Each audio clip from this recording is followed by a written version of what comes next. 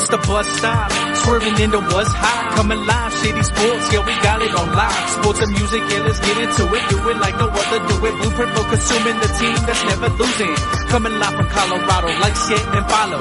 Shady Sports, the motto, fresher than avocado.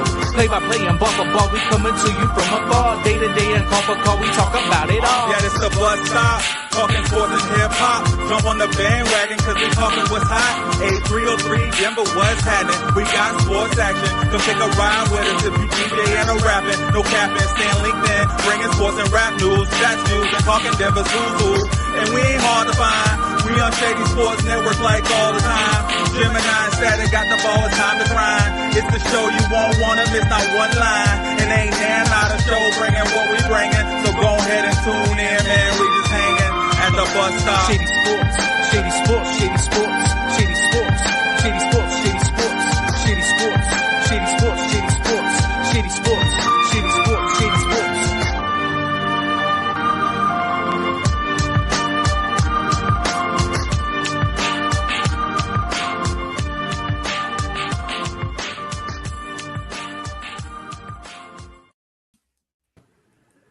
Yes, it is not the bus stop, but it is the bus stop. We still talking sports tonight, guys. What is going on? It's Tuesday night, so you know what it is. We hanging out on the bandwagon, and we got a special one tonight. We got Hoop Philosophy, hosted by Reem and the homies. So I'm gonna go ahead.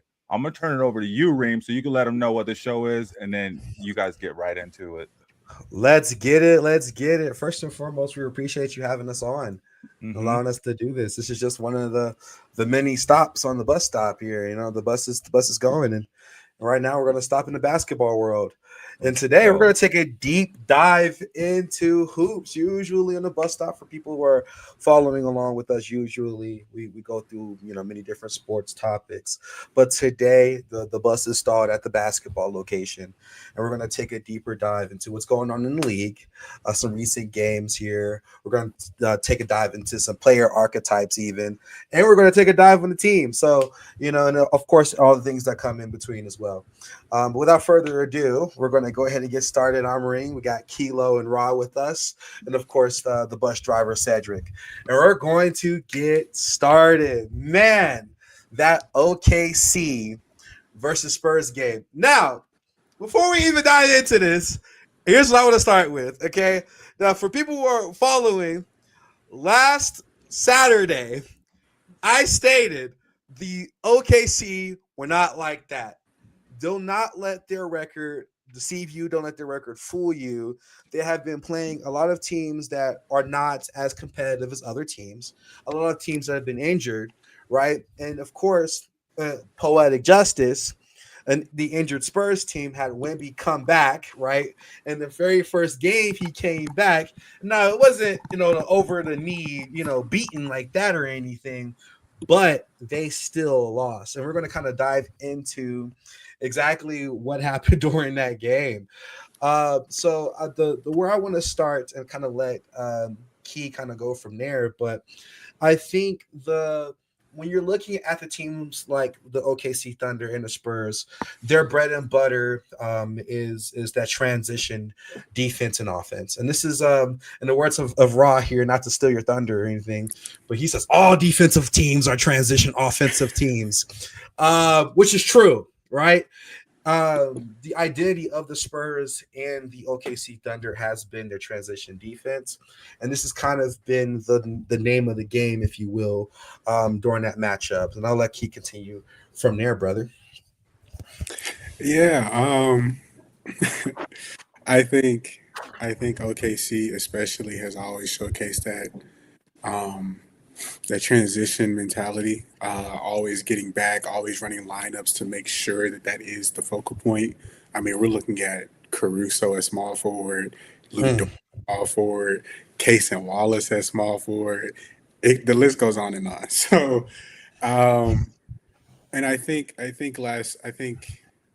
OKC versus Spurs, we saw one lineup: Chet, Holmgren, Caruso, Dort, Shea, and Kaysen, I believe it was.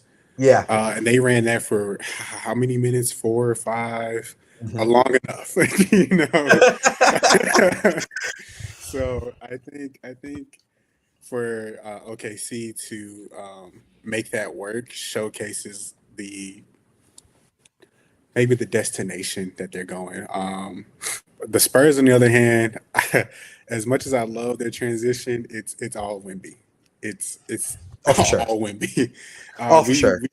We were watching one lineup. What was it? It was and Penny, Keldon.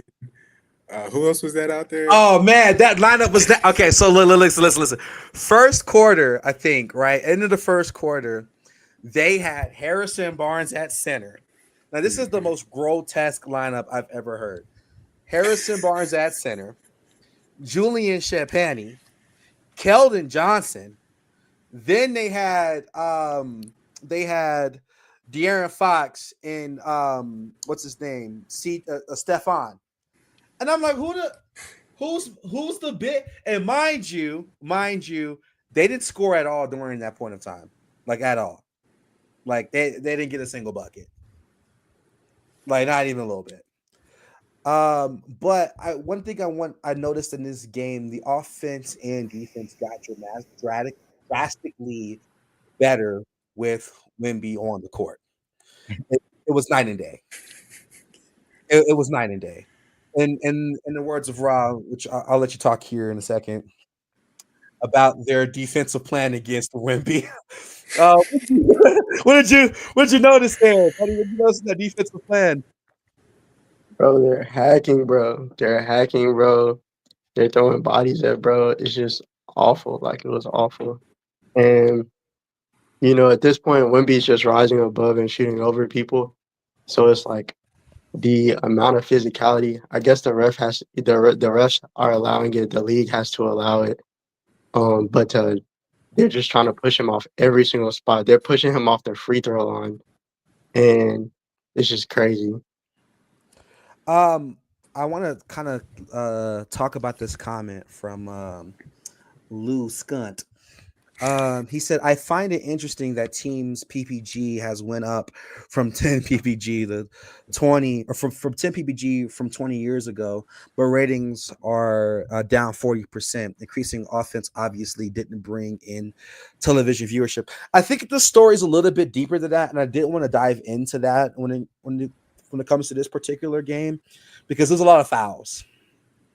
And I think the stoppage of games, and of course we watched this game together, and it was so many game breaks. Like, golly, that's number one. Number two, I think they were scoring more prior, and then it kind of went down, and now it's a little bit up from maybe the 90s.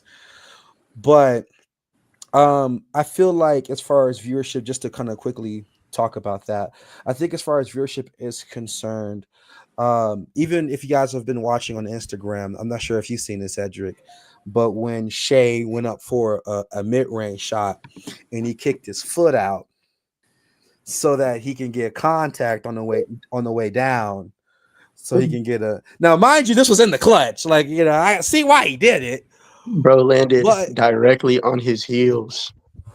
He landed directly on his heels in front of his torso. Disgusting work.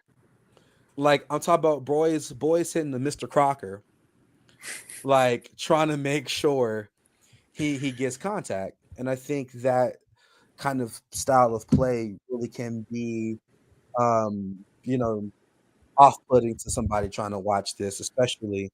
Also, finding the way to watch the freaking NBA game. Another thing, you got to have Prime. If you don't have Prime, good luck. You know, like, God. We're not going to talk about, for legal reasons, how we watch this game. But yeah. Stop. But anyways, yeah. So other than that, one thing that I want to let Key talk about, because you had a good point about this earlier, which is running that transition with the ball. Not Key, I'm sorry. Rashad, you said this earlier about the passing abilities from Stephon Castle versus De'Aaron Fox. Let you speak on that. Yeah, man. Stephen, he's a great passer.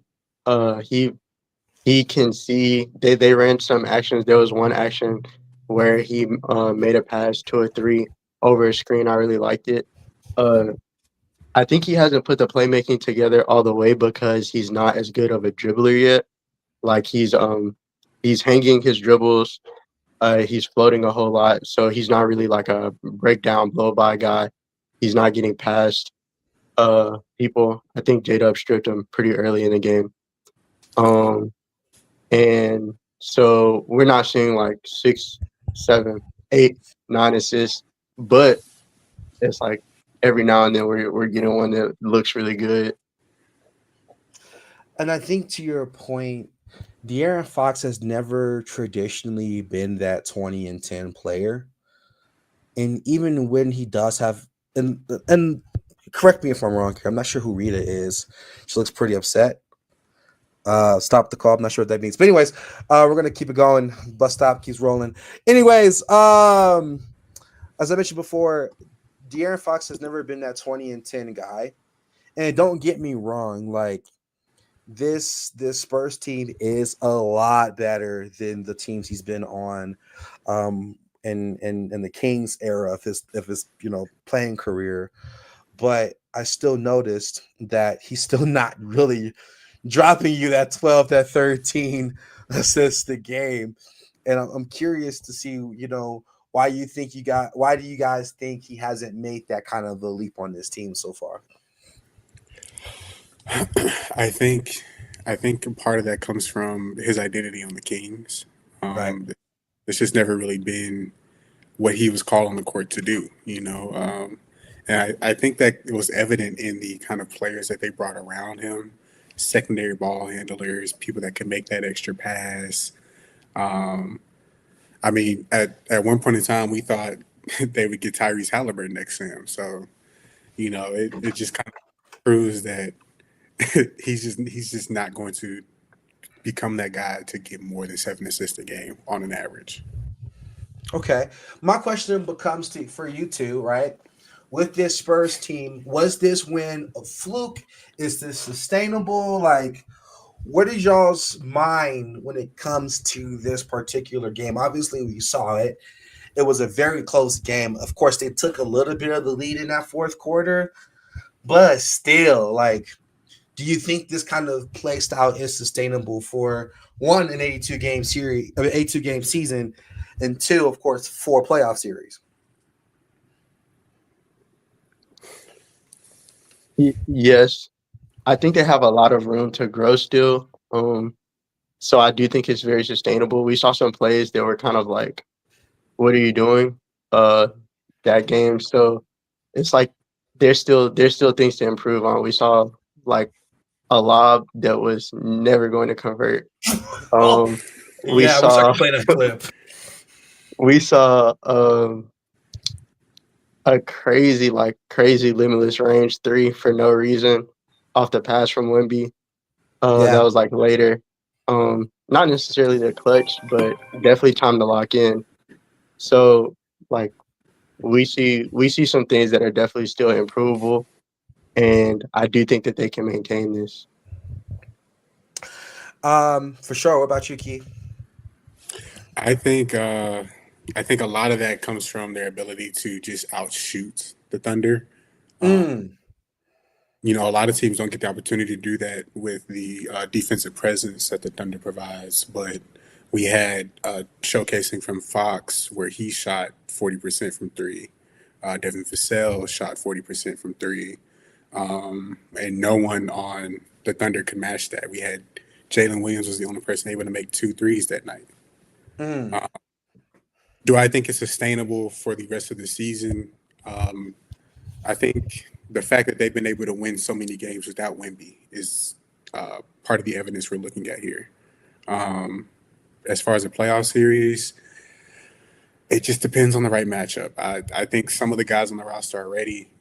It's evident tonight or that night. Some of the guys, as we saw, were not at all. Here's my thoughts, right? Of course, Spurs outshot the Thunder. Woo! Which is true.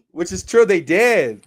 Shout out Kilo Quote of the Year. But look, my thought process is, as far as the Spurs are concerned, I do think they can find tremendous value in that dedicated playmaker personally. Right?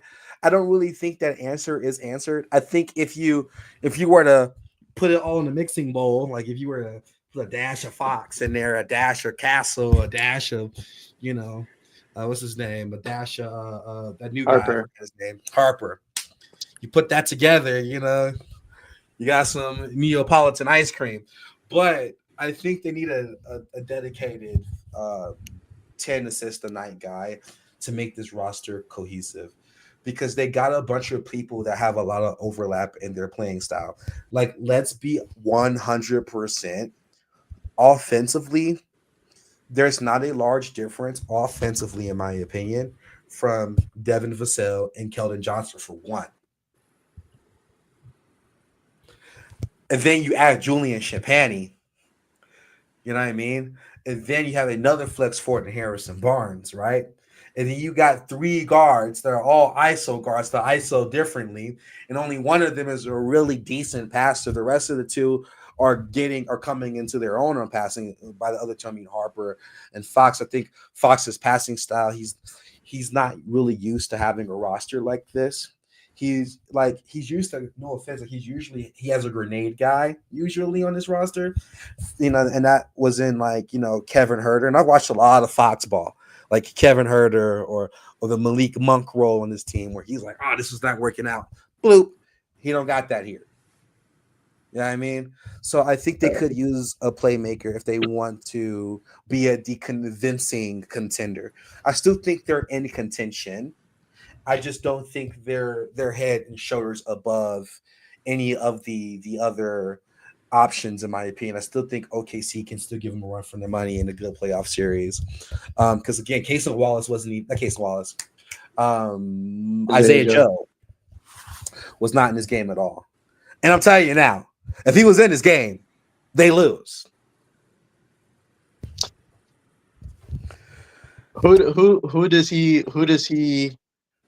Whose minutes does he take and perform over? Objectively, Alex Caruso. Okay. Objectively, you're giving him less minutes, and because let's be real, some of those transition plays that we saw Caruso run this run, that's not happening. You don't have to do that if you have Isaiah Joe. You don't have to run those, right? You don't have to do those transition pull-ups with Jalen Williams. You don't have to do that. The offense runs differently in that scenario. I can see that. My question becomes, we know both teams have promising young talent in Thomas Sorber and Carter Bryant. How do they fit eventually into this?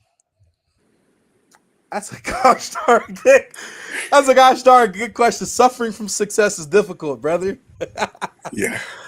I think long term, especially when you're in a league where everybody's like super freaking good, you're going to have to make a statement for yourself on what kind of player you are to establish the I would say the value of replacement for you, right?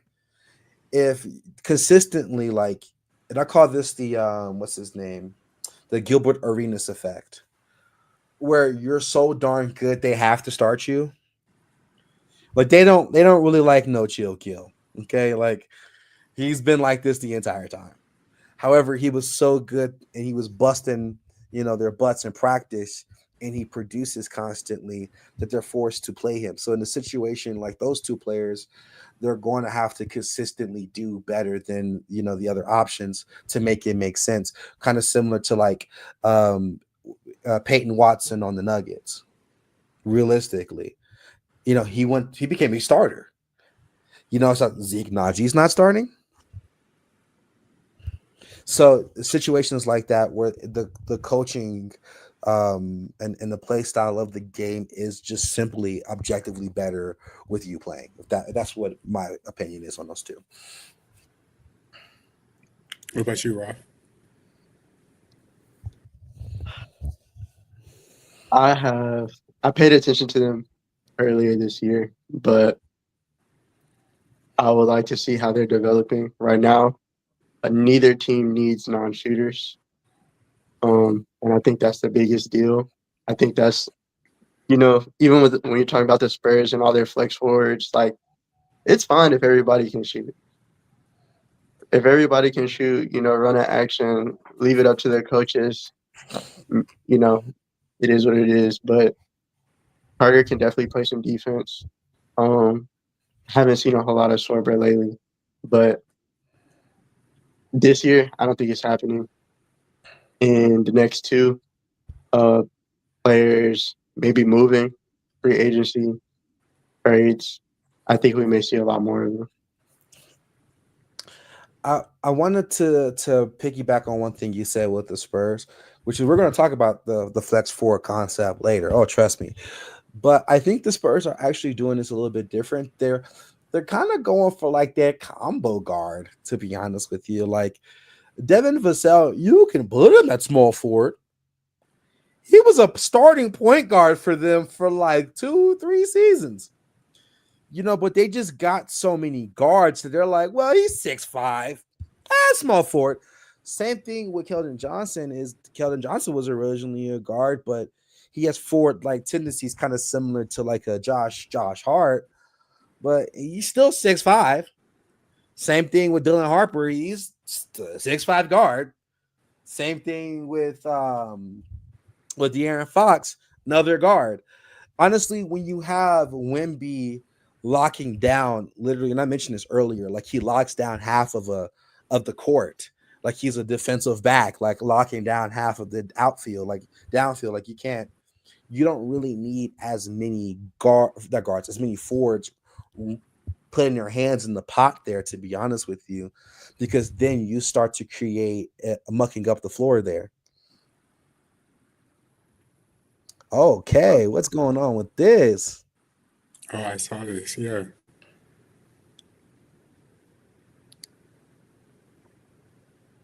Mm-hmm. Well, you know what? Because let's talk about the trash talk, which is another thing that happened. In reference to that, right?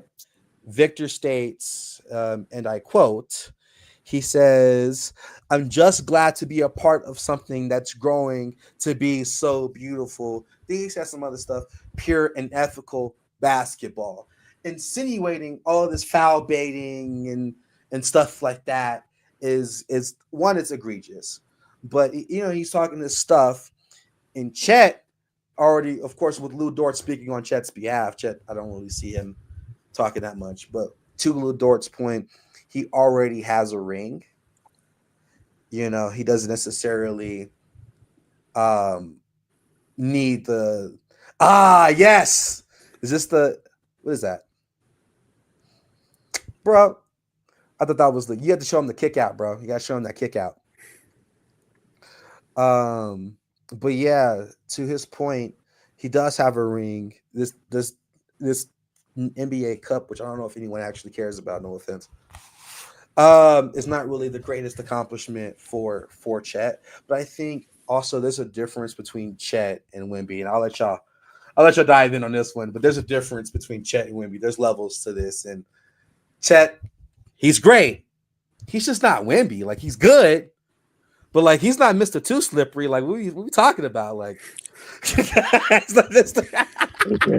I'm sorry, he's not. He's not. She don't want a little puppy. She want a big dog. Yeah, she.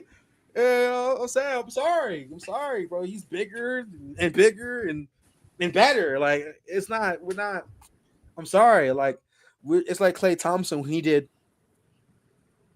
Dog, you were the third guy. Like, don't get me wrong, you were great, but like he talked smack to LeBron, and then we saw what happened. So like, I don't really. Yeah, I did notice Chet doesn't say that much to Wemby. Chet doesn't. No, say you sure doesn't. Real quiet. Real quiet. But if you can find that video of Chet doing the foul, not Chet, of Shea doing that kick out, that would be awesome. But yeah, so that's my thoughts, and I kind of want to pass it off to you guys. is it more valuable to be in Chet's situation, or do you find more value being the Wemby of the team Okay, bro. and being on the route there? Is it better to be Wemby or Chet? Like, okay, dude. Earlier you were talking about Spurs getting so many guards, and I wanted to say that they've run this prototype before. You know, we've seen their guards full 48 minutes coming off the bench, Manu, like, so that's amazing.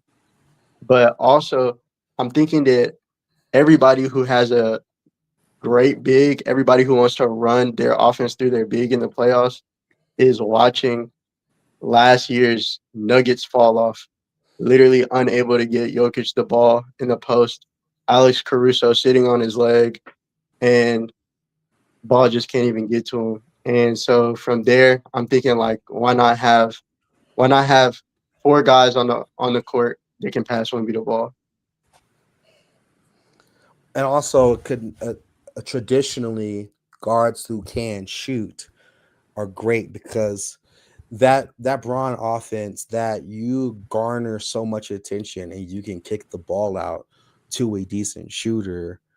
Great. Now, of course, in this particular game, not the best representation of that, but I still think, to your point, it's very valuable to have good people that can move the ball to him, that European style basketball, but also make the shot. You know, on the topic of the guys not being ready, Ra, you made a great point a while ago in the previous conversation. Uh, you said, quote me if I'm wrong, it's not about if Wembanyama will be ready this season. It's about how the other guys will stack up and compete. Are they ready for the limelight? Are they ready for the pressure? How do they fit in Wemby's system? And you know, if I think back on it, do I want to be in Wemby's system or do I want to be a part of Shea's system? Mm, That's a good mm, question. Because Wimby's not traditionally like your facilitator type. Like he can pass. Shay's supposed to. We've had long conversations about this. But I think in the situation of Shay, I think that system has a little bit more mobility comparatively to Wimby. Because they in that system they move the ball around a little bit more, in my opinion, comparatively. I think when you trap Wimby a lot, since he's so big, he doesn't have the same facilitation tools a guard has because he's not a guard. He has guard skills, but he's not a guard. So there's been games where when Shea isn't doing so hot, he does give you 12, 13 assists. So I think if you're a role player, it's probably from a production standpoint, you would want to be with Shea. But from a ease standpoint, it's probably very easy to play next to Victor because he garners more attention, in my opinion, than Shea does on the defense. I think that it's about what you're good at. You know, bad shooter. Well, I'm not gonna call him bad, but you know, shooters that are struggling have still done well with Jay. Mid post. Uh, like he's driving, but there's still a lot of room for cuts when you play with Shay. There's not as much room nearly when you play with Victor. If Victor is getting triple teamed and you're not making your shots, you're off the court, buddy. So if you can't shoot, you're not gonna see the light of day in Wimby's system. But if you can't play defense, you're not gonna see the light of day in Shay's system because Shay's not, man, the way the advanced stats are popping up Shay, it's insane. Like the entire team is going crazy on the defense. To the extent that his like defensive win shares are like twice as many as the actual DPOY candidates or something crazy.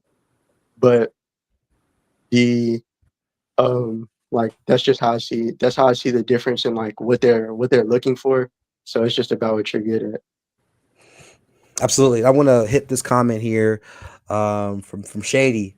He says that in a direct quote from Danny Green on Wemby, he wants to be the face of the league, and he could be the face of the league when it's all said and done. That's the greatest big of all time. That's definitely a too early to tell statement. I think he can be. I think fan favorites right now for sure. After this is probably in the running would be Anthony Edwards, because he has such an exuberant personality. I don't really want to. For all respect, Brother. all respect to Jason Tatum. After that finals run, bro, like anything is possible. But after What are you that, talking about? He's still 19. After clip farming that hard. Yeah. So could Wemby go down as the best big of all time? Yes. Will he? Good question. And I guess we will run this back when he retires. But yeah, I think he could be. I don't know if he will be though. That's just too early. But I mean, you're not getting anything better than a 7'5" guy who has an 80 ball handle on 2K. So I don't, honestly, 85, but that's neither here nor there. Brothers actually kind of like 99 everything. So yeah, you don't remember what he did to Derek Lively? I don't do that. you know, in the words of, other system greats, Hezzy Pool, that's OD. Hezzy Pool that's is OD. crazy. No. Running the break with a tween cross, Hezzy step back, 7'5" and 1, screaming on the ground. No, sir. But anyways, we're gonna take a quick promo break here, and we'll take a deep dive on Dyson Daniels and kind of that archetype, and kind of looking at the mind behind the ball here. So we're gonna take a quick promo break. We'll be right back.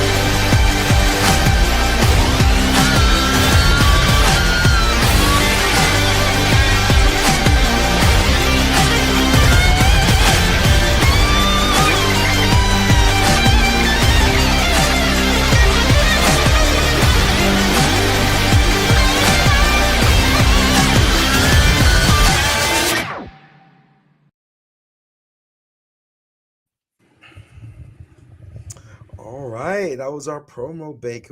Now we're going to talk about kind of highlighting a player archetype and a specific player, kind of take a deeper dive into the perspective of individual play instead of just looking at an overarching team. And of course, we're going to, ever so often occasionally go through different kinds of archetypes.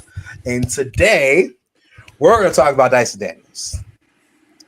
Rock, go ahead and take the lead, brother. I want to hear your thoughts here. What's your mindset and understanding Dyson Daniels and this player type, brother? Man, Dyson Daniels is a player that I love to watch.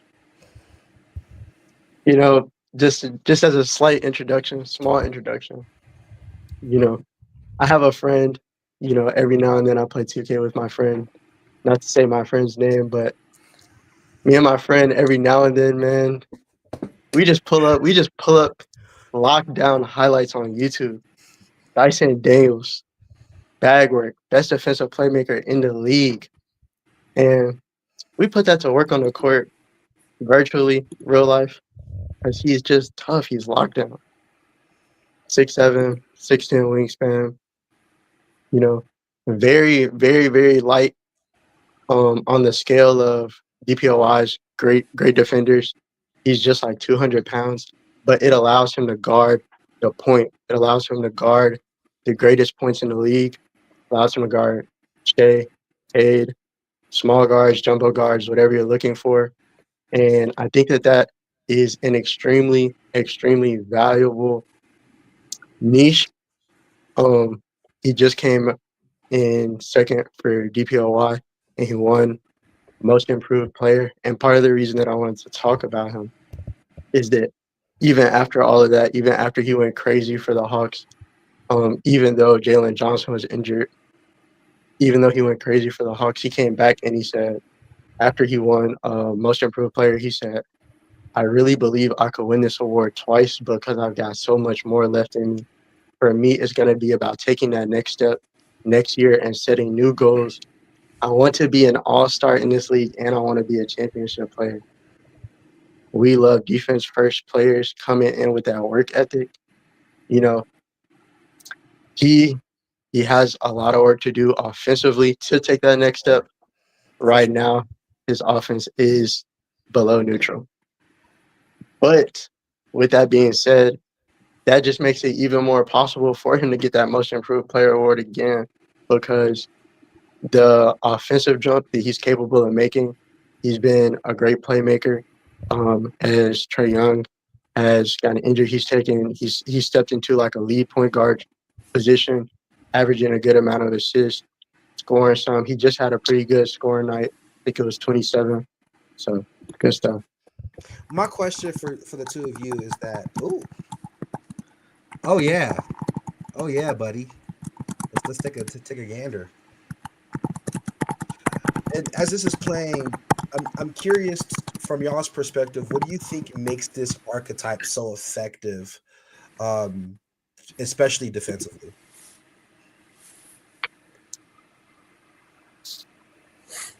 His hands, his position. Oh, okay. You say that as he gets the most diabolical still. I just like literally the moment he got the nastiest still I've ever seen. His hands, okay, for sure.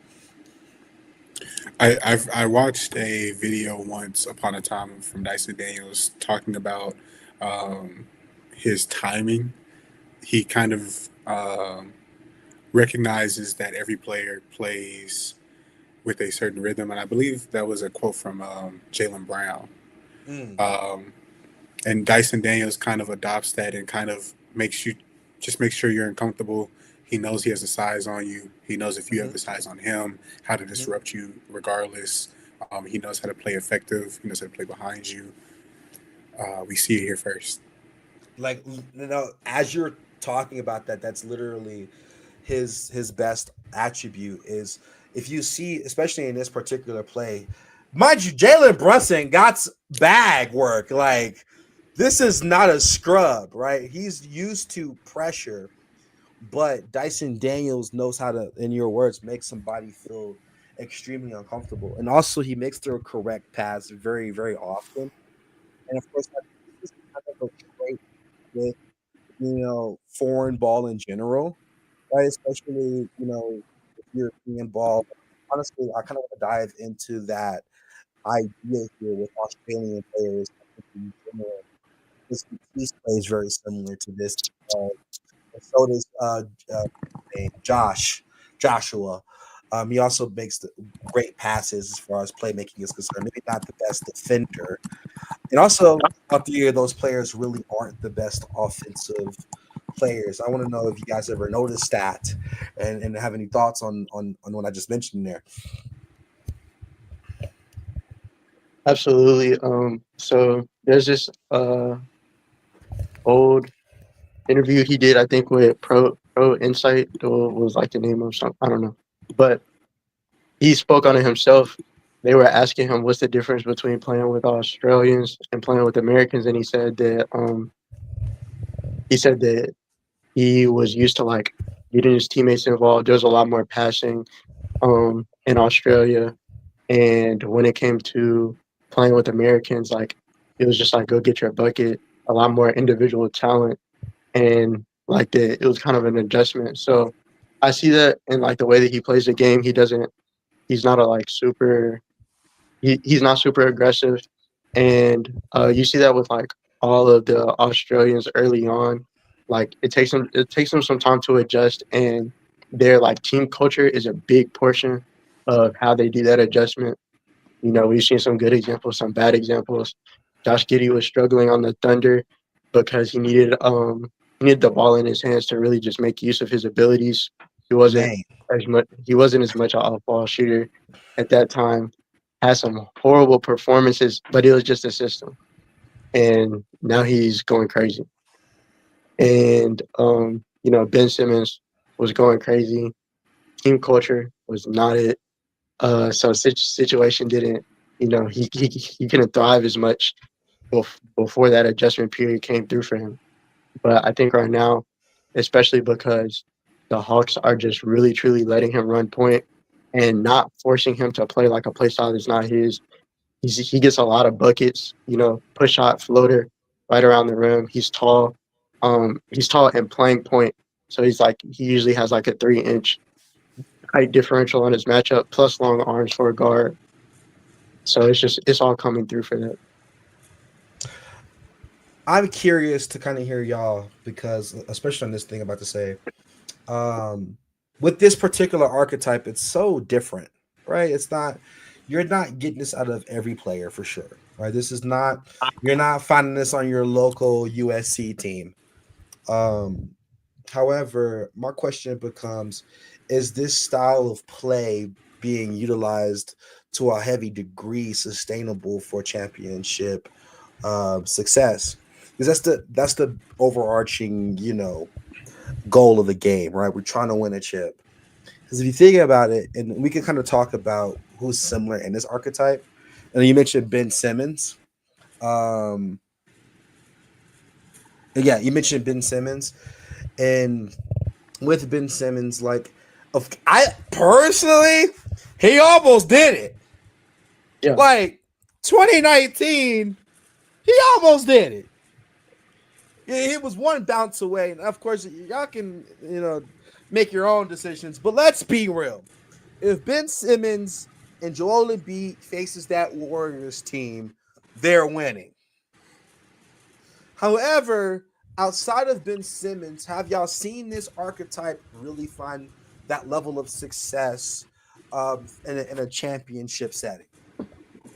If I had to say honestly, and me and Ra have talked about this a bit in the past, if we take the archetype itself and kind of strip it of its specifics, so the floater, the guard playability, the flex forwardness, you just take it bare bones as is, and a defensive playmaker, you can you could take this as far back as the 90s. You could take it as far back as the 80s in some instances.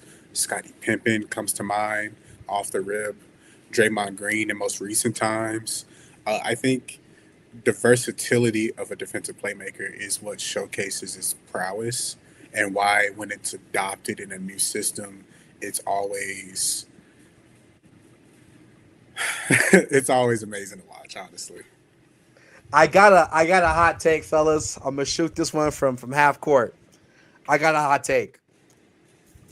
I think this role is better supplementary. I personally don't see this particular archetype. If this person is the best person on your team, it's like the Jeremy Lin effect. It's like, and I love Trae Young. I love Ice Trae. I don't think Trae Young should be the best player on your team. I don't think Dyson Daniels should be either, or Scottie Pippen, or Draymond Green either. Because if you run into these situations, right, this archetype can very, very easily become an issue because of the offensive lack of consistency, in my opinion. Well, I'll let y'all talk on that one. I'm just curious. I personally myself don't know if this is sustainable for most situations with this archetype.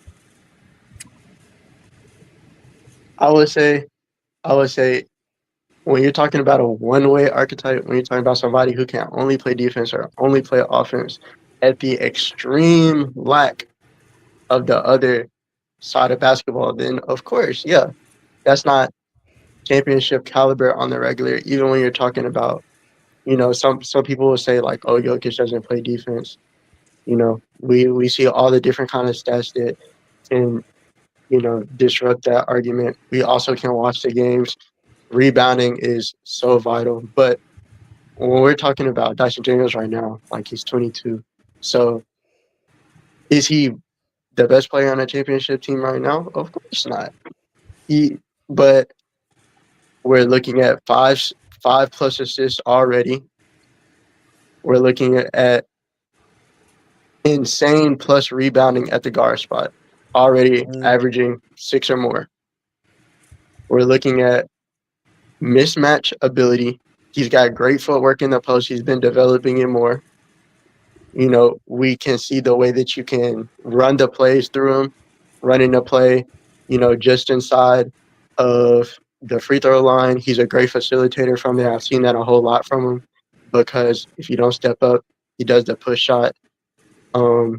He's great coming off the dribble handoffs. Is he the best? Not yet. Not yet. He hasn't developed a shot. We've yet to see what's going to come from it. So I say that archetype isn't him. And for sure, Scottie Pippen can be the best on a championship team. Why? The Celtics just won. So you're either about to tell me that Scottie Pippen can be the best, or either Jason Tatum or Jaylen Brown is better.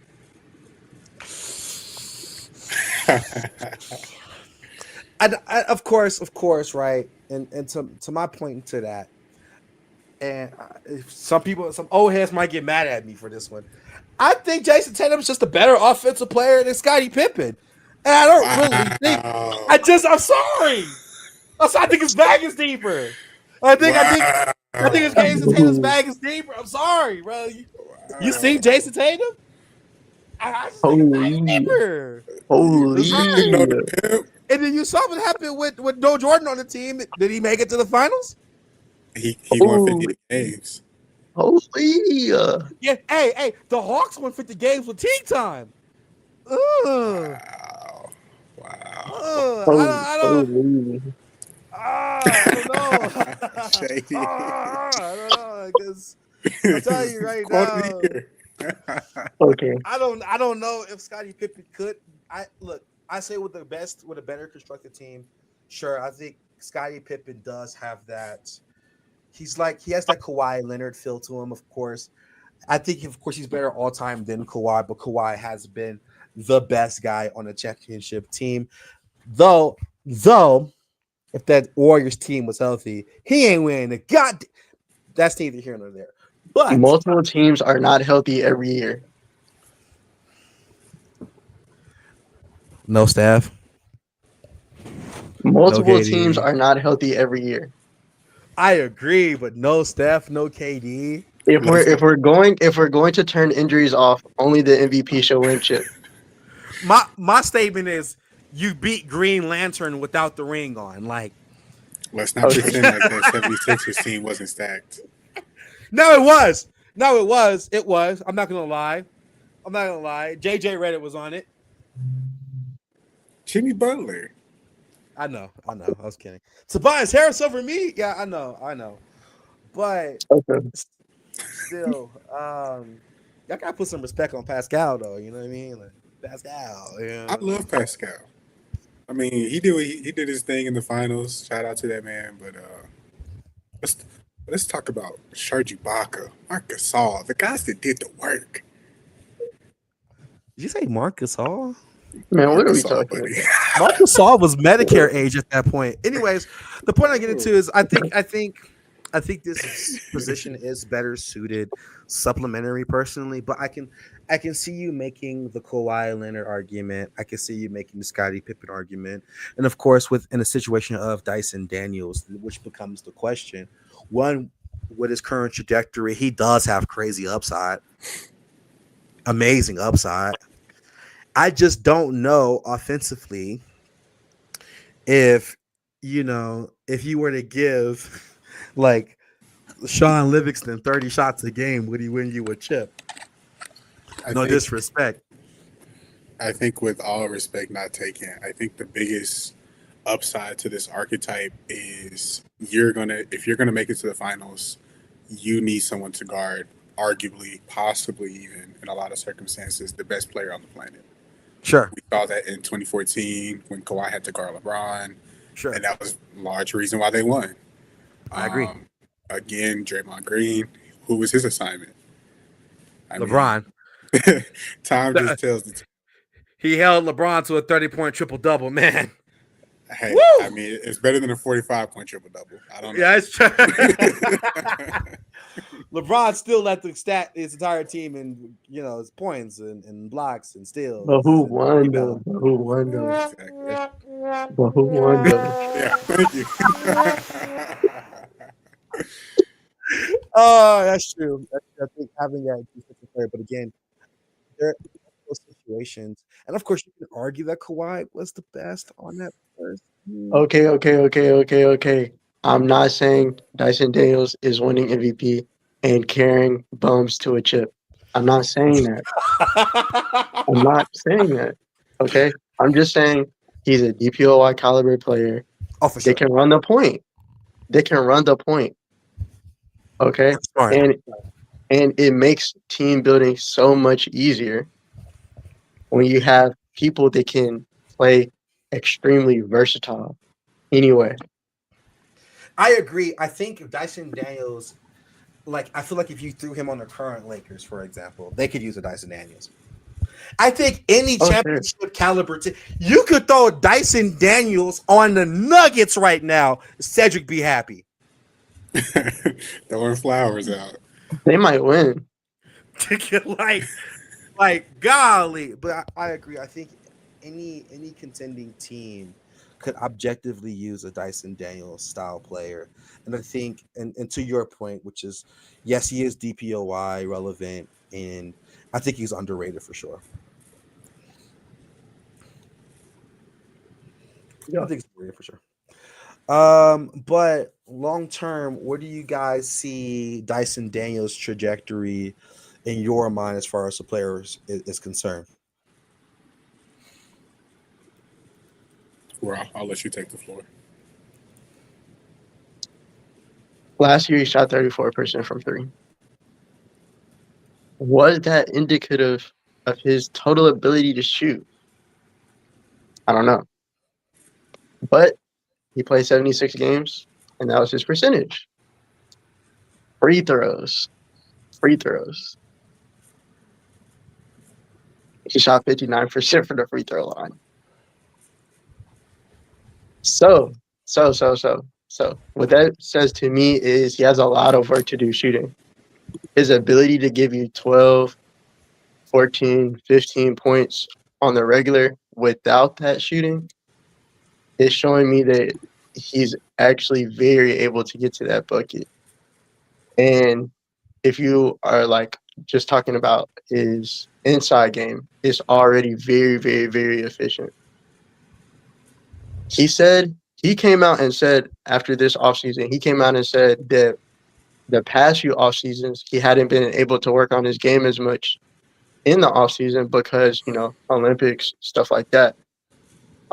He just had so many prior obligations, prior commitments, but that he got into working on his midi this off season, and I think now midi over 3-point shot, that's a take. I'm gonna leave it to the shooting coaches, but I think that it could develop over time, and at that height, if you can shoot the midi, you're shooting over guards.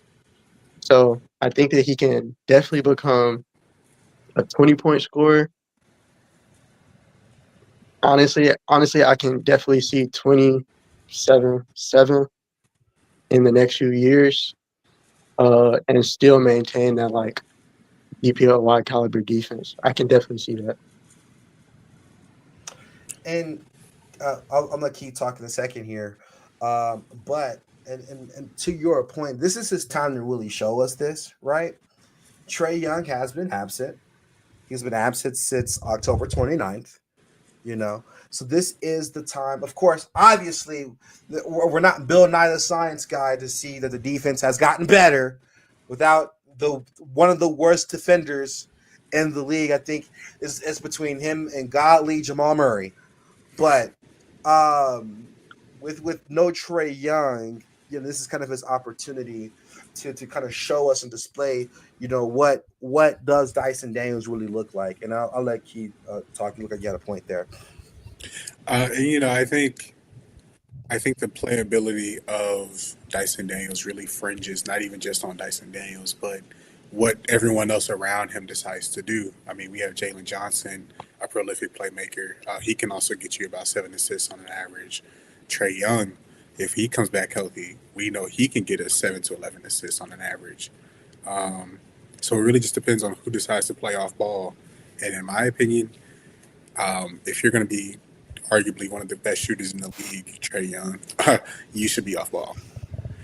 That's just my opinion, but I'll leave that to the shooters. That is one thing I also agree with. Like he could be running around some screens too. Like, man, like 6 foot slipping around screens, tough to keep up with. But also, like, I want to say on Yeka, like great playmaker as well. And I think I've seen quite a bit of him passing to Dyson Daniels, leading to his assist. Yeah. That's fair. I'm gonna end the conversation topic with this. With the current trajectory of Dyson Daniels, is he a NBA All-Star caliber player, or is it too early to tell? Let me know what you guys think. You guys think he's All-Star caliber or no? This year? Mm-hmm. Bro, he's a negative on offense, gang. I meant to say his trajectory, not right now, gang. My bad. Okay. His trajectory. Do you think Dyson Daniels has an All-Star in his future? Do you think he can make a good case for himself trajectory-wise? Or was it too early to tell? And I'll leave you guys with that. I don't know. I don't know where I feel on that one. I'll leave the comments for you guys to see if you feel like Dyson Daniels is based off what you learned today. Do you think he could be an All-Star, or do we think all of us are tripping? I'm saying yes. You're saying yes, Key? You saying yes? I think so. I'm a hate. No, I'm kidding. I think so also, but I'll let you guys in the comments, make your predictions on what you think about Dirty D, Dyson Daniels. And we're going to take a quick promo break. We're going to do our last segment of the day. And we're going to take a deep dive, a team spotlight into one of the teams in the NBA. We're going to do this every single episode of this podcast. We're going to choose a team. We're going to take a dive into it, and we'll go from there after the break.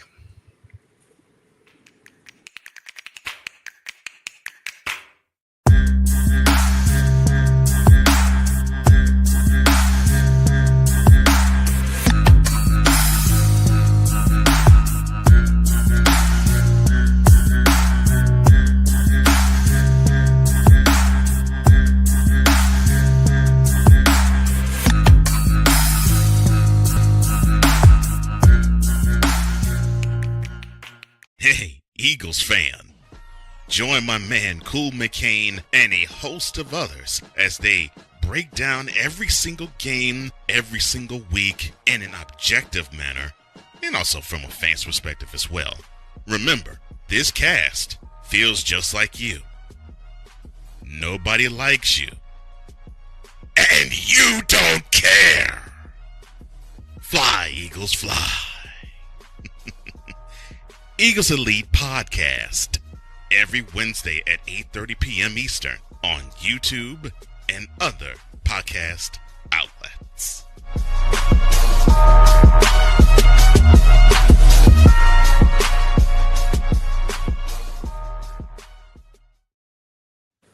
All right, Eagle fans and many others, welcome back. We are going to do a deep dive on the number 1 seed in the East right now. They are 21-5. There's no team like them or better besides the Thunder. The Pistons. And I want to start with JB Bickerstaff. He originally came into the NBA as an assistant coach to his father, Bickerstaff, for the Charlotte Bobcats back in 2005. Ugh. Right. Good God. And then he came in to the Timberwolves in 2007 as the assistant head coach to Kevin McHale. He assisted in the development of Kevin Love, helping him win Rookie of the Year and Most Improved in his third year. But finally, we got to see Bickerstaff as a head coach in the Grizzlies in 2016 with a record of 55 and 109 in his tenure. That's the best Grizzlies roster we've ever had, too. Golly! Yeah, he was there with the young prospects like rookie Dylan Brooks, rookie Jaren Jackson. They did not get Ja Morant yet. So keep that in mind. But we did see a winning record finally at his assistant coach position for the Cleveland Cavaliers. He helped them win 165 games in his tenure. Very impressive. But finally, he is where he is today at the Pistons with a record currently of 44. Oh. 44 and 38 last year and 21 and 5 this year. Here's the thing, and I'll let y'all talk, right? This Pistons team was so bad. Oh my God. Now, I don't know if y'all remember this season before this, and now of course I'll let y'all chime in, but they had the longest poo-poo streak in NBA history, the longest losing streak ever. JB hand comes there, Superman pose with sitting there with the Captain Morgan knee up, and it's been a different team since then. They even made the playoffs last season, and honestly, that was a really, really decent series. That was one of the better series of last year. If you thought they didn't last year, we had no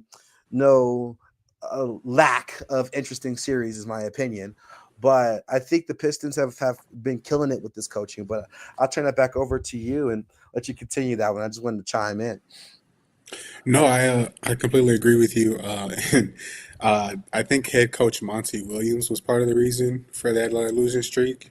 28 games. That's a lot of games. I think it started October 30th, if I'm not mistaken, on a random Monday in 2023.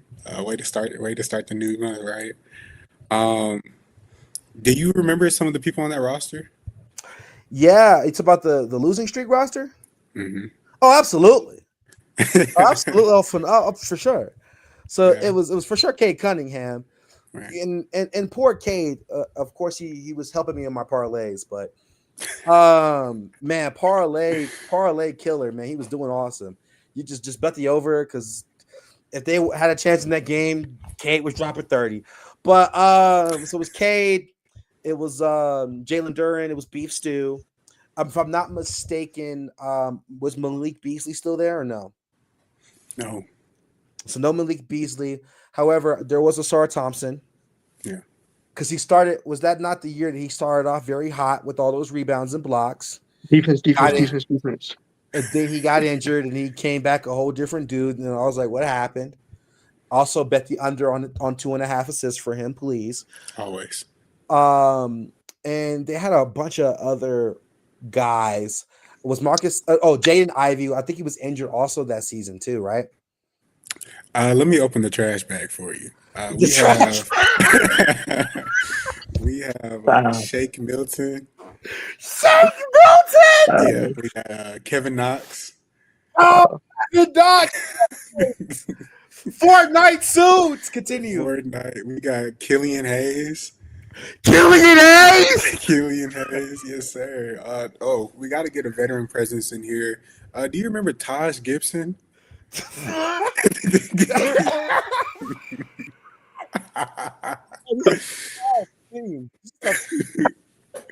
Gibson? Yes, That was sir. foul. Minutes, That bro? was foul. Yes, bro. Yes, bro. Tom, Getting that's my relative dad's minutes, age, bro. bro. Also to back up Duran was Marvin Bagley. Yes, sir. Yes, sir. Can we get that cricket sound one more time? For the people in the back, just curious. Yeah, thank you. Yikes. But I believe my point is clear. But one thing that is notable to that losing streak that they had, Cade Cunningham did go down with an injury that season for 20 games. Mm-hmm. Mm-hmm. So I think honestly, we can't put it all on Monty Williams. We can't put it all on Cade Cunningham. I think the biggest outlier is the culmination of the worst kind of talent possible put together on one team, but it led to results that got them Ron Holland. You can't be mad at Asar Thompson. It was his rookie year. Right. But I think if we want to talk about today's Pistons, boy, have they turned it around. And I think most notably their defense. If you didn't know, they're the second best defense in the league, bolstering a 100 Defense. defensive net rating. And quoting Raw earlier, every defensive team is great in transition, and this Pistons team is no different. Just a lot of flex forwards that can really just move the ball around. And though they don't shoot well compared to league average, they're middle of the pack, about 17th. They are hosting a lot of snipers. We have Duncan Robinson, who's shooting 40% from the three this season on 7 attempts. Tobias Harris, he's shooting 35% from three on 5 attempts. We have Isaiah Stewart, Stu, shooting 40% from three off the bench. Ew. Can't be mad at that. I'm not. But God. And I think that's what helps Cade Cunningham average the amount of assists that he's averaging. Currently, he's averaging about 9.2 assists. Unfortunately, he's also averaging 3.7 turnovers. And that's not appealing. And I think it does come with its grievances. But overall, we can't really put it completely on Cade. Even though they do have the shooters that I did mention previously, they still don't have the spacing possible to get the passes at the quality that we like to see out of Cade. I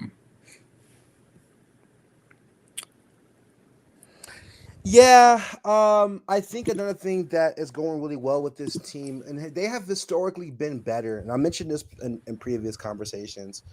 Their pick and roll offense has been helping them tremendously in the half court. Obviously, yes, they got a bunch of like flex forwards, like a bunch of them. Ron Holland, flex forwards. Like Beef Stew, he's special center, but he's like 6'9". He's really a forward. Same thing with the Asar Thompson, also a forward. Tobias Harris, a forward. It's crazy. Is Duncan Robinson? He's also a forward. So they got a bunch of forwards. They're like a bunch of 6'6" and up guys. And when you're running that pick and roll offense, you really have a bunch of really solid options. Because of course, if the pick and roll doesn't work with Cade's quick first step, Cade can really punish you off that screen, man. Like he really can. So usually in situations with the Pistons, right, you get that pick and roll on that offense on half court setting, right? Let's say it's Jalen Duren. Bam, you hit Jalen Duren. That's a beefy guy. Boom. Cade Cunningham's moving towards the rim at this point. He can either pull up for a midi and his midi's tight, or he can take it to the basket. And if he takes it to the basket and your center's out of the play, you're going to have to help. There's no surprise that Cade's averaging 8+, 9+ assists because boom, all he has to do is kick it out to help guys man. And we got a bunch of people who can shoot. Sorry, Sir Thompson. We got a bunch of guys that can shoot. Like, this really has a decent recipe for some success. Now, for me, is teams that have also a bunch of flex forward or faster guys. I don't know if that's going to be necessarily feasible in a 48-minute game. Like with Wembanyama. I don't really think there's a such thing of Wembanyama really being out of the play, but in situations like that, I feel like it's really team and matchup dependent, and that's where this coaching from Bickerstaff kind of really shines through, right? He's really good at trying to set up his guys in the best case scenarios, even when even when it's not as advantageous for them. You'd seen that in on the Grit and Grind, 2016 freaking Memphis roster, right? That team had no business being that good, not at all. What? Like, what? Oh, but again, right? Especially with who was on that roster, and that's kind of where good coaching kind of takes a leap here, as well as personnel. If that makes sense to you guys. Absolutely. And I think the biggest part as to why that shines is the pick and roll between Cade and JD. Fun fact: Jalen Duren finishes his rim attempts at 72% when it comes from an assist from Cade Cunningham. Mm. It's so tough. They're one of the best pick and roll targets in the game. Holy moving screen. Holy moving screen. Yeah, he definitely fits a lot of those. But again, right? Like you see that they have some of the best pick and roll offense in the entire league. But yeah, you're to your point. And Rod, what do you think about the development of Jalen Duren? Oh man, I love Jalen Duren. I have another friend, play 2K with him every now and then. Me and him got into a little bit of a debate a while ago. I'm a big Zach Edey guy. He's a big Jalen Duren guy. I'm thinking, Yao Ming, contact dunking Wemby, what's not to love? And he's thinking, Dwight Howard archetype, what's not to love? And, Jalen Duren, he broke out this season before Zach Edey did. So I almost had to eat my words. But Jalen Duren is, manifesting the shot now. He's coming out. He's able to stretch the floor a lot more than he was. It seems like he's bulked up. He's grabbing so many boards. He's super mobile. He's just totally frightening.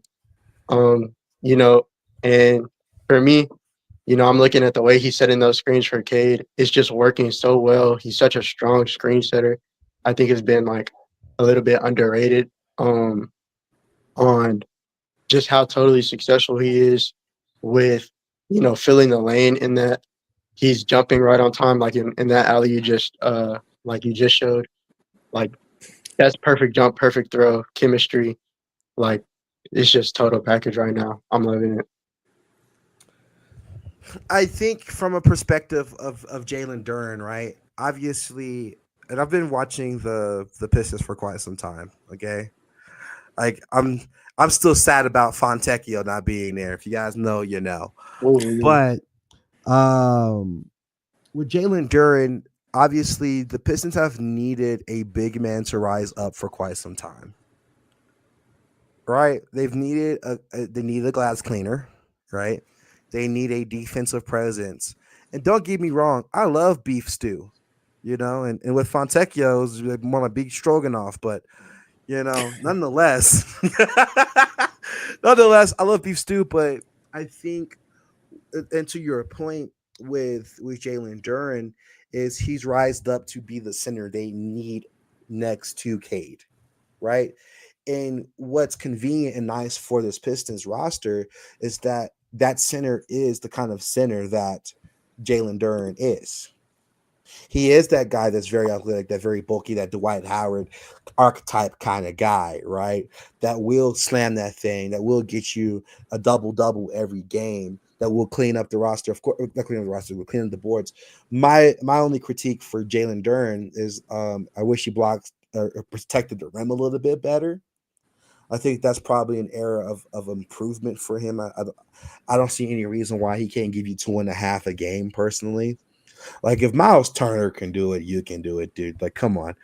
But also, like with his athleticism, it just pairs very well because he is exactly where he needs to be on time, and that's what you don't get as much with Beef Stew. He's a little bit slower of foot.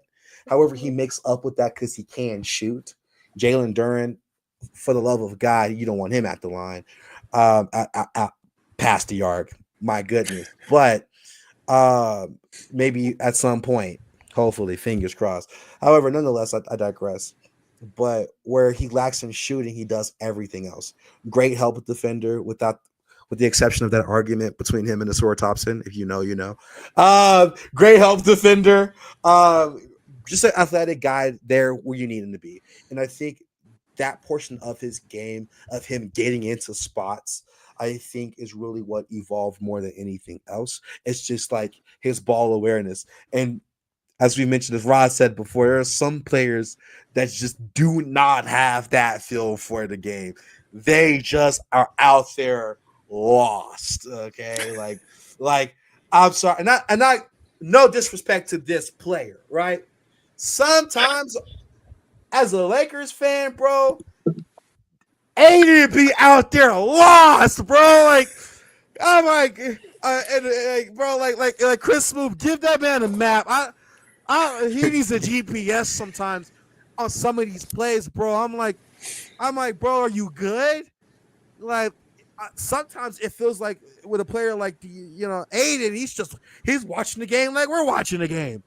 But you don't really see that with Jalen Duren as much at all. Like Jalen Duren's locked in, and I think that a level of assertiveness is really making the impact and allowing his offensive abilities that's already there. And he was working out with Rasheed Wallace over the offseason, and I'm sure that helped tremendously for sure. But just having that feel and allowing your talent and your skill that you've built up to this point to kind of shine more, I think that's kind of where the leap is coming from, in my opinion, as a viewer. Okay, so I don't wanna bag on any players, but I think Luka Aiden is such a fitting comparison, just like in study, to Cade Jalen Duren. And I think I forget if it was a post-game, I think it was a post-game interview, maybe a month ago or something. It was a little while ago this season. But DeAndre Aiden said, sometimes when I set the screen for the guys, I forget that they want me to roll, and I go space the floor to the midi. And, that really made me think about what you just said, because of course they want you to roll, But but yeah, it's just sometimes the guys, they don't know what the other people are looking for from them. When you were talking about Jalen Duren's rim protection, I think that may be a little bit more, everybody has to get on the same page. But part of Jalen Duren's mobility, he's playing the center, but I really think that he's capable of playing that power forward, Jaren Jackson, Evan Mobley defense. Yeah. And a lot of the times when a player that is 6'10", 6'11" steps out more and does that, the rim protection may be like more subtle, and that it ends with less blocks, even if it's effective. Sure. Yeah, that's all. But no, I definitely agree. Jalen Duren's to the Lakers, bro. Sorry. Trying to get Bron that fifth chip. I don't know if the Pistons will let him go. Now, fun fact, the Lakers did try to trade for him last season while they were trying to get what's his name from the for the Hornets. Mark Williams.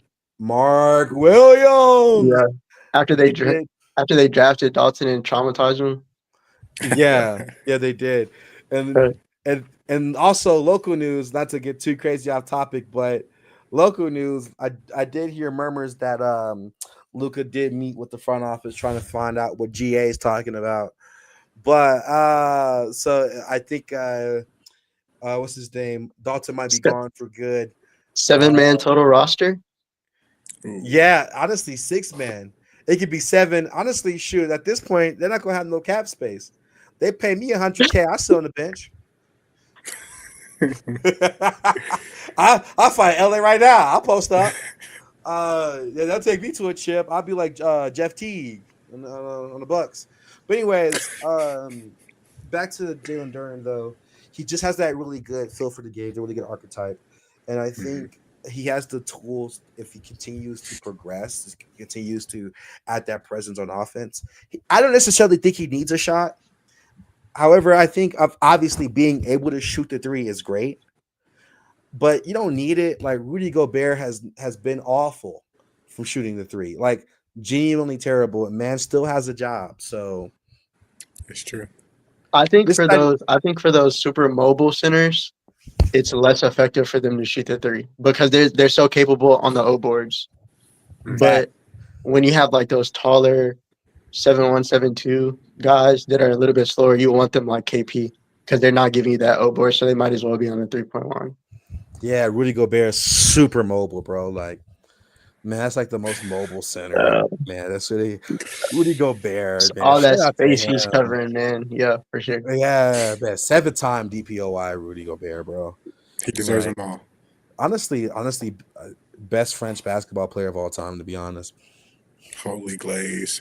What is the most notable development you've seen out of Jalen Duren this season so far? Consistency. Not gonna lie, I'm gonna be quick with this one. Consistency. I've, as a recovering betaholic,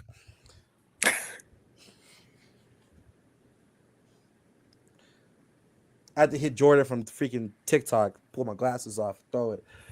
This man has single-handedly sold my parlays. Now, of course, is it my fault for betting on him? Absolutely. That's on me. Absolutely. Oh my God, bro. Yo, that's crazy. Quoting me on that's wild. But yeah, has he sold my plays? Absolutely. But is 8.5 rebounds realistic for a big man? Yes. He's gotten a lot more consistent with that this year. He's got a lot more consistent on getting boards, got a lot more consistent on getting points. That consistency has literally been key to their success. They're not winning half of these games if Jalen Duren doesn't show up, and he does consistently every single night. And that's why, and that's the thing I've noticed the most out of anything Phil, regardless, he has just worked on, let me do what I need to do night in, night out, every game. So, and honestly, I think he really deserves kudos for doing that, because that's a bit of a.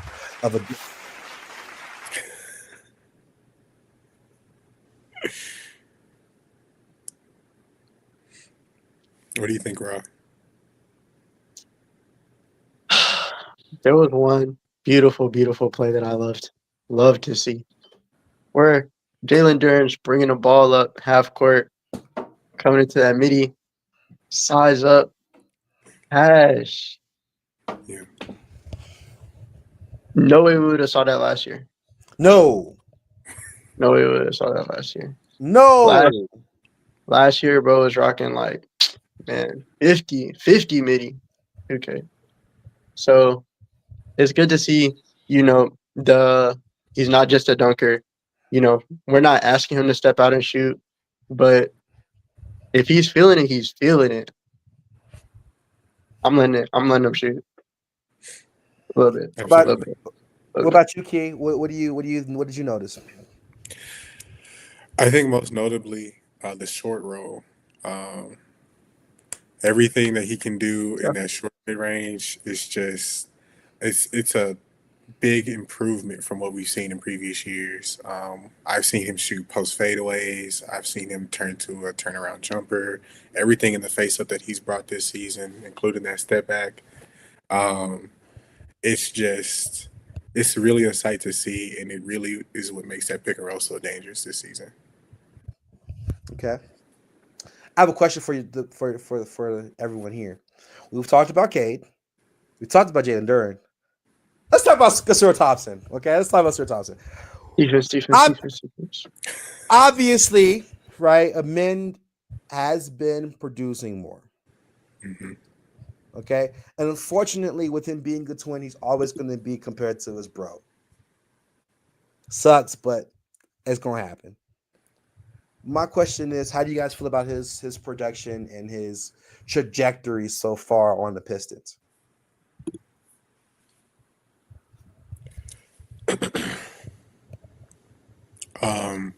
I think personally, the stats don't tell the full story for what a star can bring to the table.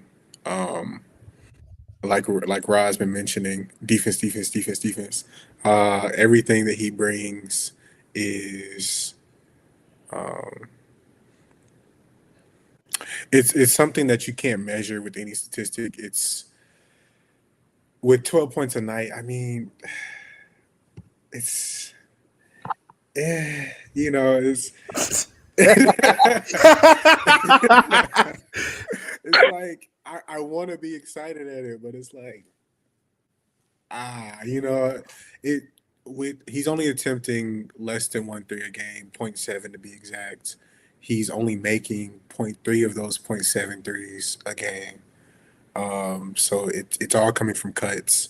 It's all coming from being some part of that pick and roll concoction that they're cooking up over there. And at 12 points per game as an off-ball player, that's amazing. When your point guard is averaging 9 assists, it's like, how impressive is that? Yeah. I would agree that he's not creating as much offensively, and I think that while I do think that defense first players are extremely valuable, you have to have one. You have to have one aspect to the game on offense. Shooting, finishing, playmaking. Our number one success story on defense first player in this era is Draymond Green, and that's the playmaking. Now, you can say that playmaking is a tad bit overrated. Passing the ball to Steph and Clay should be easy, but it's playmaking. 6 assists is 6 assists. Wow. Yo, that's foul, bro. That is so. That is unbelievably foul.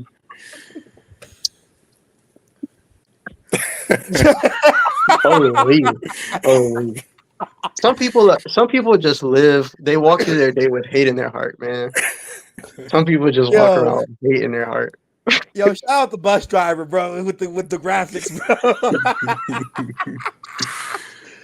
Oh, but continue your point, man. Man, if you're a listener, somebody just came.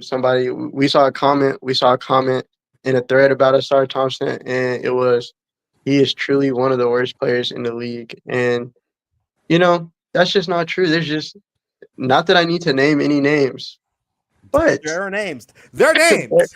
There are many names to come before Asar Thompson. So I think that they need to be focused on him getting at least one aspect of the offense together. 30% from 3. I'm not mad at it. I'm not mad at it. I'm not mad at names.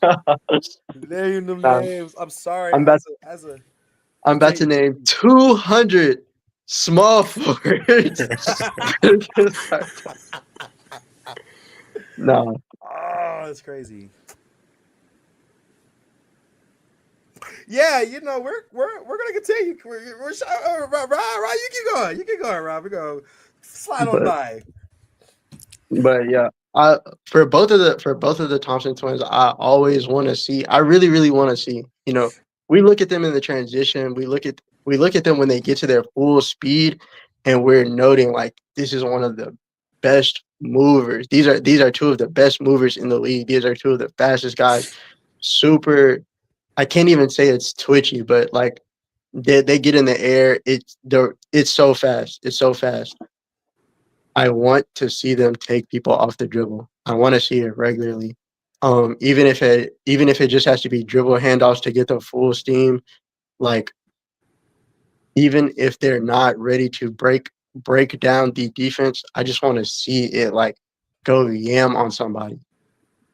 Both 40-inch plus vertical, like just go dunk that thing. And let Jalen Duren grab the O board. I agree to a degree. I think you can't look at Asura Thompson's counting stats and be like, that's who he is. He does a lot of contests, right? He does a lot of help defense, right? He adds a lot of pressure. He's part of the reason why the transition defense is as good as it is. Right now, as a guy not taking a crazy amount of threes, 1 for 7 field goal percentage, and can't shoot free throws is not hot. But he's phenomenal defensively, though. Asar Thompson is not a guy you're a small forward's going to really coast to 40 points on. Like, he's going to guard your best ball handler, bro. And of course, if it's a big, it's going to go to Jalen Duren.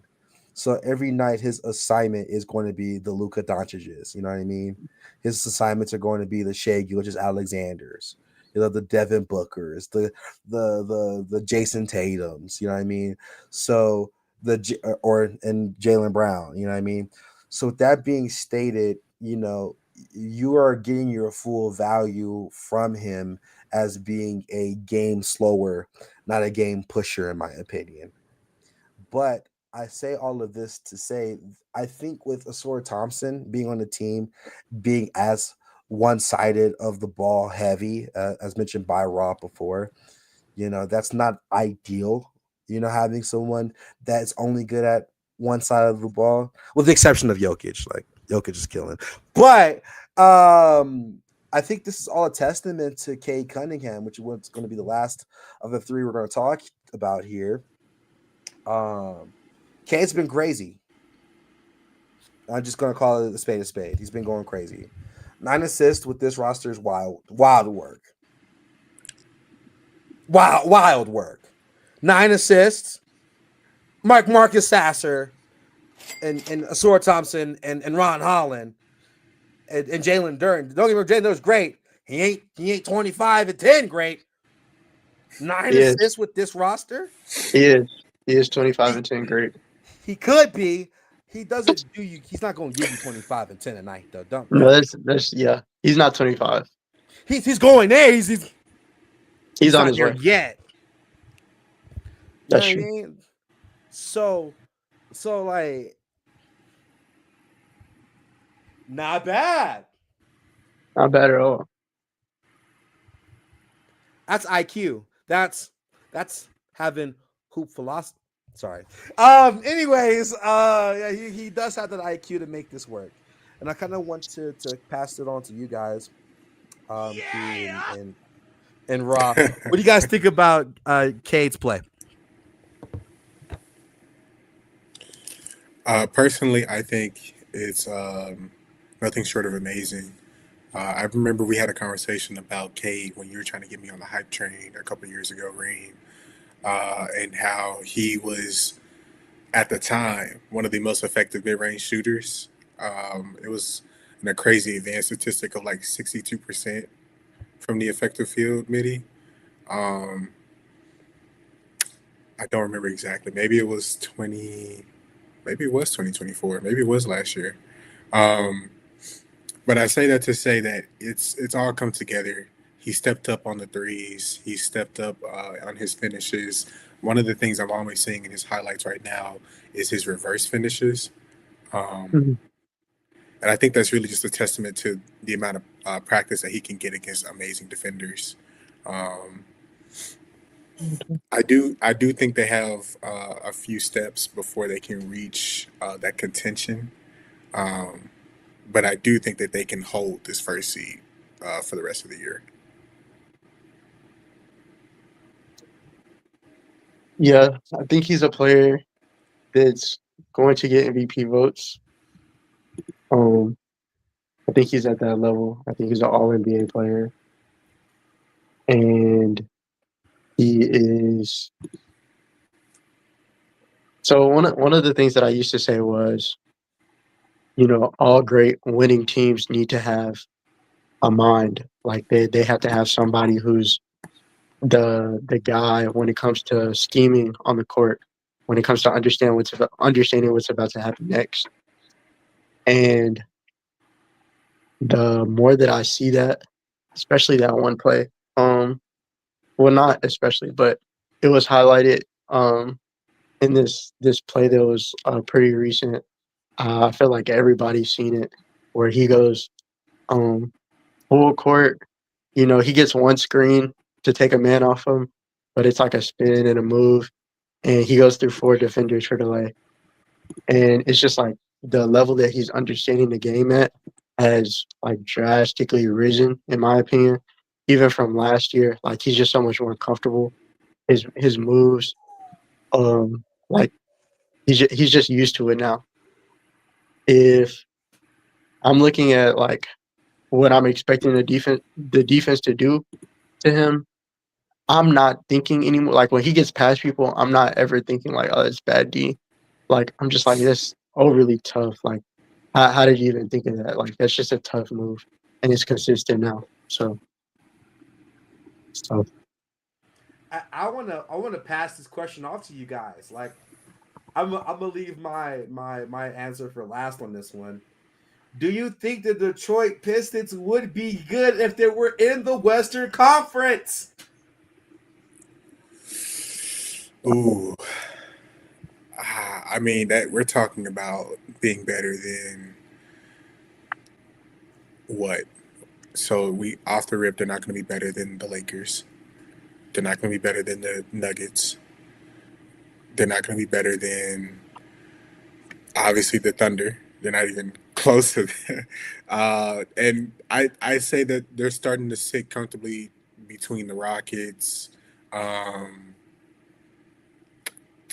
I can't say they're as close to the Spurs, but the rest of the Spurs roster just kind of feels it. Yeah, it makes you make one of those faces. So I think they can sit somewhere between the 6th and the 9th seed. That's how competitive the West gets. What you think, Rob? So, are you saying that the Lakers are better than the Spurs? Yes.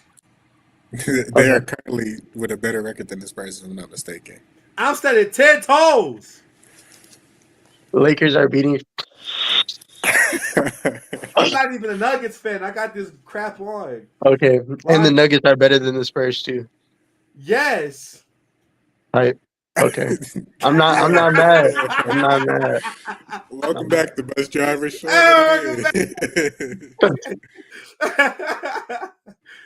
Absolutely, though. Nah, yeah. They might be Rockets level. They're definitely not top 4.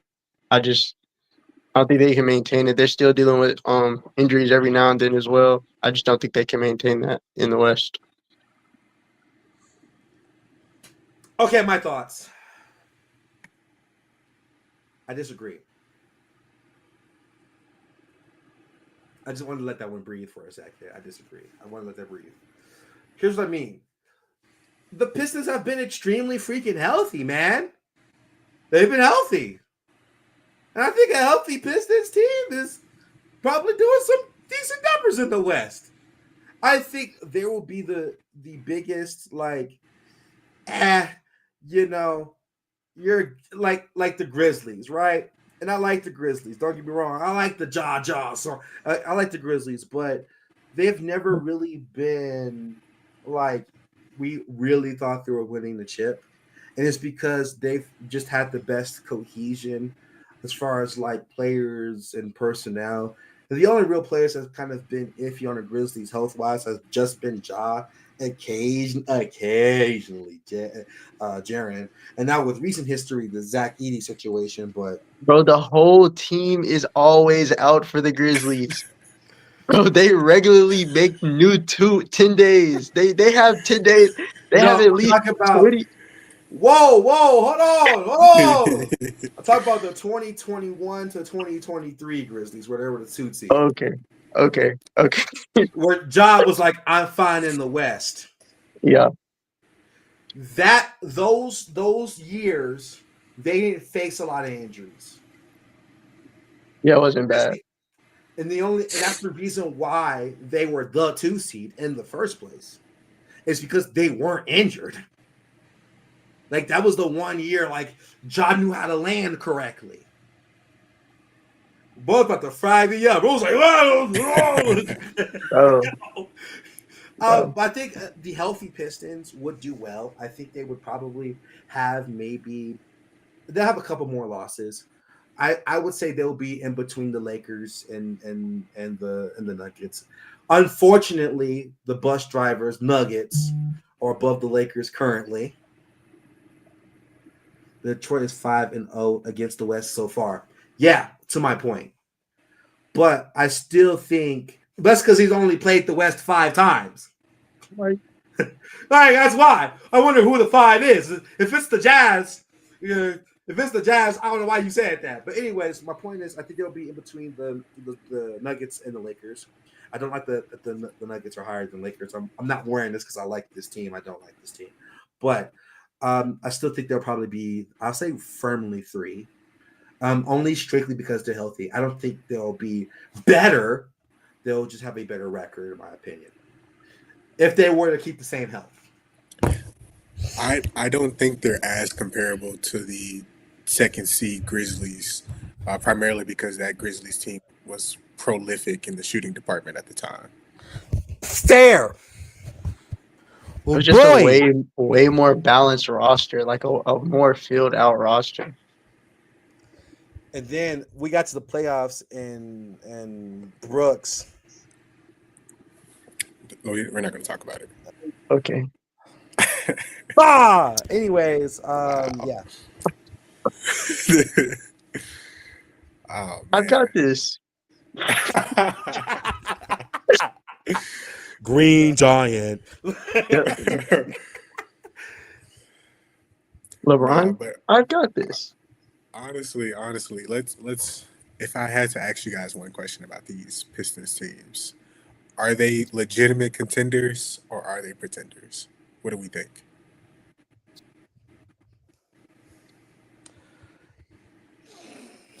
I think it's still New York. Wow. I think it's I don't like the New Yorkers, but I still think it's New York because the New York be running they be running these salmon chopped cheese lineups sometimes. Like, what are we doing, bro? What a Josh Hart like at the 2? Like, what are we doing? Like, anyways, I still think Would you rather have him at the 2 or the 4? I'd still rather have him at the 2. But I think it's still 6 now. To answer my question, to Project Patal, I think they're kind of contenders. Kind of. I don't think they're gonna win. I think they're gonna be like the Pacers. They're gonna get there. I don't think they're gonna. If they get there, they're not winning it. Like, I don't want to be a hater, but I just don't think they're gonna beat any of the top 4 teams in the playoffs. Like, if LeBron sees beef stew again, he's going to be a beef patty by the time he's done. Whoa, that sounds tough. Never mind. Nonetheless, I think they're contenders in the sense of, will they get out of the East? Could they? Yes. Will they win the chip after that? Jazz hands off. I think they are. I don't think they're contenders. I think that they are good. I think that they are up and coming. I think they are missing the depth. I just think that they are missing the depth. The real contenders have, 10 playable guys at this point. And it's just too much. The game planning is just too possible to game plan for Cade and Jalen Duren and Ivy. like who else is creating? Who else is giving you 20 like beef stew? What do? You stand there, put a hand up, and that's the defense for the day. Like, you know, Sar Thompson, you sit paint, that's the defense for the day. Like, it's not I think they're too game planable. I think they don't have the depth. And I think that like the maturity is not fully there yet as players. I think Cade has the maturity. I think Cade has the maturity. But like it's so pressurizing. Like that's the best of the best. Those are the bright lights, and the lights can be too bright. So I want to list off some stats to you guys and see if they change your mind. This season, Jalen Duren is averaging 18 points, 11 rebounds, and 1 block. Not there. All right. Let's talk about a star. I think Cat is averaging 12 boards. He is. Second most in the league, right after Jokic. What about Asar Thompson averaging 12 points, 6 rebounds, and 3 assists? Tight. Still not hot. Tight. So we got Duncan Robinson averaging 12 points, 3 rebounds, and 2 assists. Tight. Who? Duncan. So then we also have Tobias Harris averaging 14 points, 5 rebounds, and 2 assists. Tobias Harris over me? Yes, sir. Buddy. What wasn't Tobias Harris, he did say that Philly fans would trade him for a crumble cookie.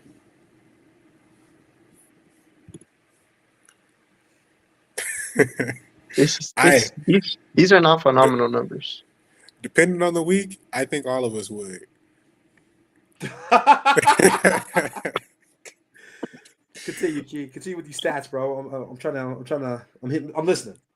All right, my last one is Stu giving you a whopping 10 points, 6 rebounds, and 2 blocks off the bench. Junior Whopper? Yeah. Points distribution. Double digits. Hey, a lot of teams can't say that.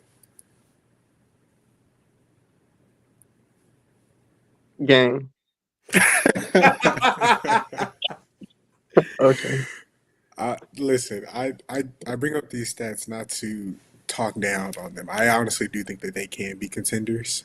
Personally, I do agree with you, Reem. I don't think they'll make it far in the East. And I think the biggest staple is whenever I think about the East, I have to ask myself, can the number 1 seed get past the Miami Heat? This season, the answer is no.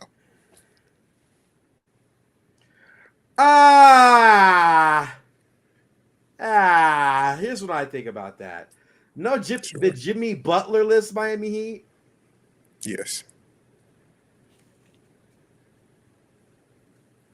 Have y'all seen that meme of Anthony Mackie where he's like, Yes. That's what I'm looking at you guys like right now. You guys. Norman Powell. Yeah. Jaime Jaquez. Belt to bottom. Not Nikola Jokic. Nikola Jovic. Yes, sir. It's Jover. Honestly, man, you got some faith. I want to, I wish I had that much faith, 30-point Bam? You're a believer. For the series? 30-point Bam? Do I think that they have the better talent overall when we talk about matchup versus matchup? No. But do I think that they have the deeper roster for a 7-game series and they have the grit and grind mentality? Absolutely. Sure, because here's the thing, right? I'm not gonna forget that Eric Spoelstra made Caleb Williams look like he was prime MJ against the Celtics. Okay. So you give him Norman Powell, who's dropping 20 on the Clippers a game and making NBA fantasy rosters look insane all last year, sure. But I don't know about that one. But if they did beat the Pistons in a 7-game series, that's because the Pistons lost. That Miami Heat team is going to take advantage of you only if you're not really about it like that. And without Jimmy Butler there testing their gangster, I don't know if they can continuously do that. So, but nonetheless, I get your point, and I personally think if they do make it out the East, they're not going to win, so it won't matter either way. Philosopher Reem. What do you think, Rob?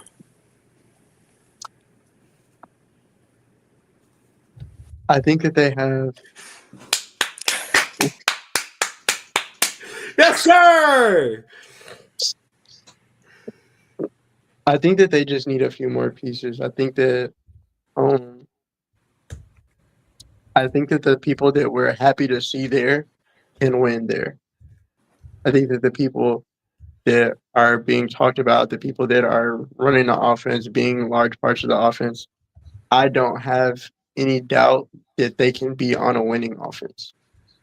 I just don't think that everybody's ready and the roster is deep enough. And I just don't think that entire team is on the same page and just totally ready. Like that's just it.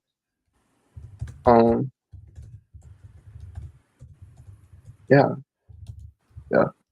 They have one perimeter defender and one semi-rim protector. I'm a defense guy. I don't love that.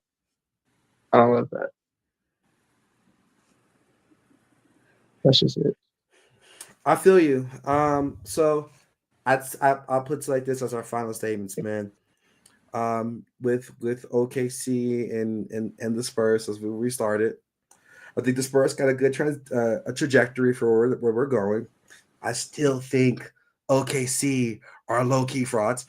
Dyson Daniels is a wonderful archetype. I still think it's secondary, primarily. And of course, the Pistons, are they pretenders or contenders? It looks like they got outvoted into the pretender realm-ish. But it looks like we're just going to have to watch and see how that goes. But that's all we got for you guys, and we're happy to have this segment and have you guys follow along. Heck yeah, great show, guys. Yeah, guys, everybody out there watching, don't forget to hit that like button. Head over to Shady Sports Network on YouTube. Hit that subscribe button if you haven't already.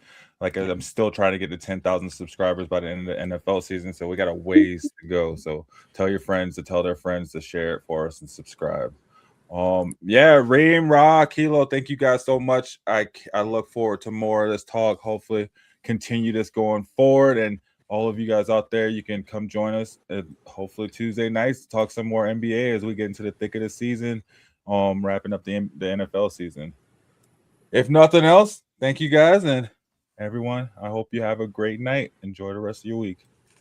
Thanks for having us. I'm a game changer.